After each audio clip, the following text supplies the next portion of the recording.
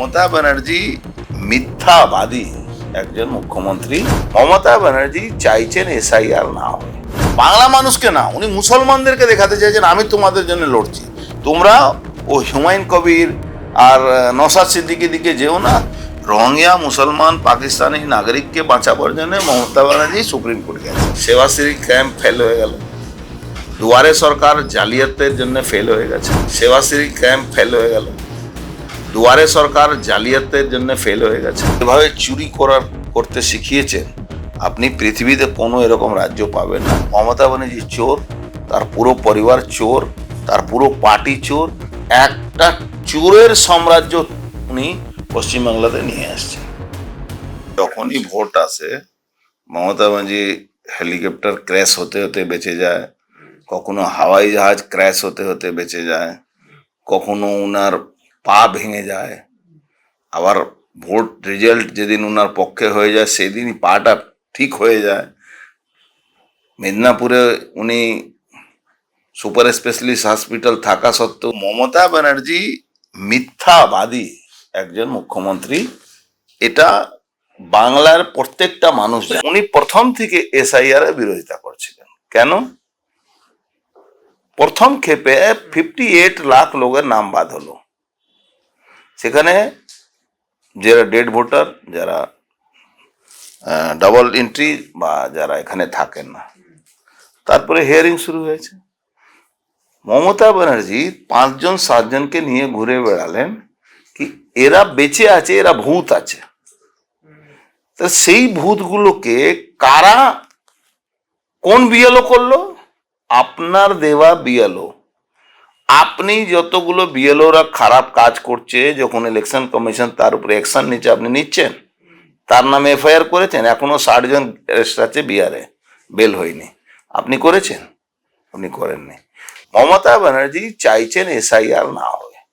Hearing এ লোক নেই, কাশিম বাজারে বর্ডারে লাখ লাখ লোক পালাচ্ছে, লোক দেখছে, আপনার মিডিয়া দেখাচ্ছে, উনি দেখতে পাচ্ছেন না কি একটা রোহিঙ্গা বাংলাদেশি মুসলমান ভারতবর্ষ বর্ডার পার করে পশ্চিম বাংলা থেকে বেরিয়ে বাংলাদেশ, উনি দেখতে পাচ্ছেন না।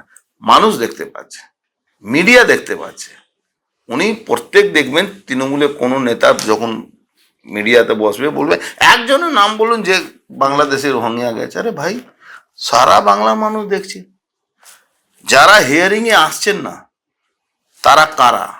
তারা তো বাংলাদেশ পালিয়েছেন বা মারা গেছেন বা ডাবল এন্ট্রি আছে বা ফলস ভোটার আছেন, তারাই তো হিয়ারিং এ আসছেন না। এবার মমতা ব্যানার্জি কে ইলেকশন কমিশন চেয়েছিল 8600 লোকের নাম দিতে হবে, বি গ্রেড অফিসার, ইনি দেননি। ইনি একটা 1 2 3 করে 8600 লিখে পাঠিয়ে দিয়েছেন, উনি দেননি। এখন উনি বাংলার মানুষকে দেখাতে চেয়েছেন কি আমি বাংলা মানুষকে না, উনি মুসলমানদেরকে দেখাতে চাইছেন আমি তোমাদের জন্য লড়ছি, তোমরা ও হুমায়ুন কবির আর নওশাদ সিদ্দিকীর দিকে যেও না, তোমরা আমার সঙ্গেই থাকো। একটা আর কোনো উনার পন্থা নেই। একটা কারণে উনি এটা এই জন্য সুপ্রিম কোর্টে গেছেন। আমি জানি না সুপ্রিম কোর্ট কালকে মমতা ব্যানার্জি আবার যদি যায় তাহলে আমাকে এলাউ করবে কি সুপ্রিম কোর্ট? আমি মমতা ব্যানার্জিকে ওখানে দাঁড়িয়ে প্রশ্ন করব, সুপ্রিম কোর্ট তাহলে আমাকে এলাউ করুক। মমতা ব্যানার্জিকে মুখ্যমন্ত্রী হওয়ার জন্য আলাদা আইন আছে, আইপ্যাকের ফাইল, আইপ্যাকের ল্যাপটপ, আইপ্যাকে ওখানে মোবাইল, আইপ্যাকে ওখানে সরকারি কাগজ, ওয়েস্ট বেঙ্গল গভর্নমেন্টের কাগজ ছিল, সেই কাগজ নিয়ে পালিয়েছেন। কতদিন চলবে? মমতা ব্যানার্জি বাংলা এসআইআর প্রক্রিয়াকে নষ্ট করার চেষ্টা করছে। এই জন্যে মমতা ব্যানার্জির নাটকটা এবার কিন্তু মানুষ বুঝে গেছে। মানুষ চুপ করে বসে আছে, কোনো রিয়েকশন নেই মানুষ। আর মানুষ যখন রিয়েকশন দেয় না তখন আপনি ধরে রাখুন মমতা ব্যানার্জির শেষ টাইম এসে গেছে। রোহিঙ্গা মুসলমান পাকিস্তানি নাগরিককে বাঁচাবার জন্য মমতা ব্যানার্জি সুপ্রিম কোর্ট গেছেন। অভয়ার জন্য সুপ্রিম কোর্ট যাননি, 26,000 চাকরির জন্য উনি যাননি, চাকরি না পাওয়ার জন্য গেছেন। চাকরি যাতে না হয়ে এসএসসি পরীক্ষা যারা দিয়েছে পাস করেছে তাদের চাকরি না হওয়ার জন্য উনি গেছেন। ডিএ পয়সা না দিতে হয় তার জন্য কোটি কোটি টাকা খরচ করে কপিল সিব্বল, অভিষেক মনু সিংভি, দেওয়ানকে রাখতে হচ্ছে ওনাকে। মমতা ব্যানার্জি মুখোশটা খুলে গেছে। উনি যে মুখোশ পরেছেন সেই মুখোশটা কিন্তু বাংলা মানুষ বুঝে গেছে। মমতা ব্যানার্জি ডিএ মামলা ইমপ্লিমেন্ট করবেন না এটা ধরে রেখেই চলতে হবে। উনি নাটক করে যাবেন। 4% ডিএ উনি জানেন সরকার থাকবে না। প্রায় 10 লাখ কোটি টাকা লোন দেনা বাংলার মানুষের উপরে ঘাড়ে চাপিয়ে উনি বিদায় নেবেন। তো মমতা ব্যানার্জি এখন টাইম কাটাচ্ছেন, সময় কাটাচ্ছেন, জানেন সময়টা কাটিয়ে উনি বিদায় নেবেন। আজকে উনার আমি একটা বক্তব্য শুনছিলাম, 3টে নতুন প্রজেক্ট উনি চালু করেছেন। উনি প্রথমে বলেছিলেন আগস্ট মাস থেকে ওই যুবশ্রী দেবেন, আজকে বলছেন উনি যুবসাথী উনি আবার এপ্রিল মাস থেকে দেবেন। বললো দুয়ারে সরকারের মতন ক্যাম্প লাগাবেন। সেবাশ্রী ক্যাম্প ফেল হয়ে গেল, দুয়ারে সরকার জালিয়াতের জন্য ফেল হয়ে গেছে।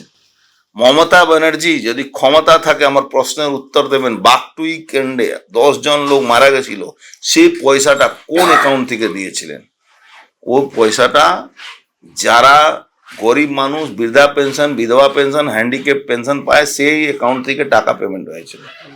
মমতা ব্যানার্জি আজকের দিনে না বৃদ্ধা পেনশন দিতে পারেন, অথচ 90% টাকা সেন্ট্রাল গভর্নমেন্ট দেয় এই টাকা, সেই টাকা দিয়ে পেমেন্ট। আজকে উনি ওই দুয়ারে সরকার করবেন, সরকারি কর্মচারী রাস্তায় বসে থাকবে, তৃণমূলের লোকের আগে নাম লেখাবে, আর পরিযায়ী শ্রমিককে যেভাবে বোকা বানাবার চেষ্টা করেছিল, পরিযায়ী শ্রমিকরা গুড বাই করে দিয়েছে কি দিদি তোমার এই 5,000 টাকা নেওয়ার জন্য আমরা আসবো না। বাংলায় বিজেপি এলে এখানে কারখানা হবে, ইনফ্রাস্ট্রাকচার তৈরি হবে, আমাদের কাজ পাবো। উনি সরকারি পয়সা, সরকারি আমার আপনার ট্যাক্সের পয়সা কে যেভাবে চুরি করতে শিখিয়েছেন, আপনি পৃথিবীতে কোনো এরকম রাজ্য পাবেন না যেখানে হবে।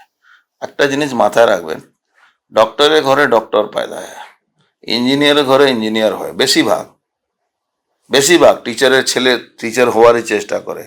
মমতা ব্যানার্জি চোর, তার পুরো পরিবার চোর, তার পুরো পার্টি চোর। একটা চোরের সাম্রাজ্য উনি পশ্চিমবাংলাতে নিয়ে আসছেন। ওই চোরের ঘরে চোরই জন্মায়, এটা প্রমাণ হয়ে গেছে। হিম্মতের ব্যাপার নেই। পুলিশ আর গুন্ডা লোয়ার কোর্ট, যেটাকে আপনার ল ডিপার্টমেন্ট সঞ্চালন করে, ল সেক্রেটারি ওই জুডিশিয়াল ম্যাজিস্ট্রেটগুলোকে, আপনার এসিজিএমকে, ট্রায়াল কোর্টকে ফোন করে করে ধমকিয়ে ওখানে পিপি রেখে দিয়েছে। পিপিরা চমকায় ধমকায়। সেই জায়গা থেকে যারা এই যাদেরকে দিয়ে করায় তাদের এগেনস্টে কোনো মামলা হবে না। কালকে ডিসিপিকে মেরেছে, কালকে একটা রিপোর্টার, মহিলা রিপোর্টারকে মেরেছে।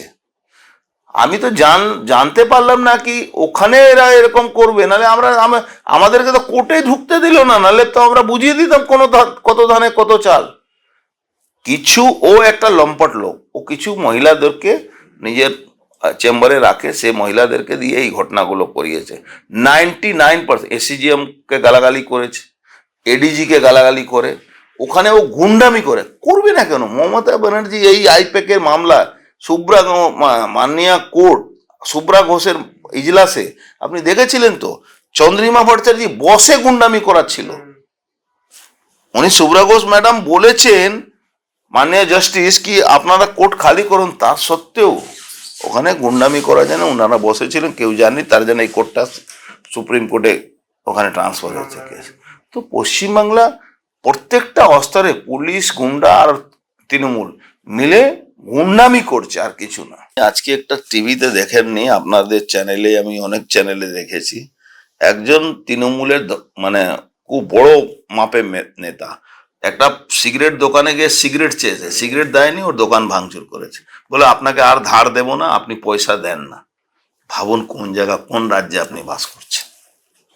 মমতা ব্যানার্জি পয়সা কিভাবে রোজগার করতে হয় এটা তার ভাইপো বাংলার তৃণমূলকে শিখিয়ে দিয়েছে। মমতা ব্যানার্জি এরকম আধ ঘন্টা ওই ট্রেডমিলে হেঁটে বাজেট বানিয়ে নেন।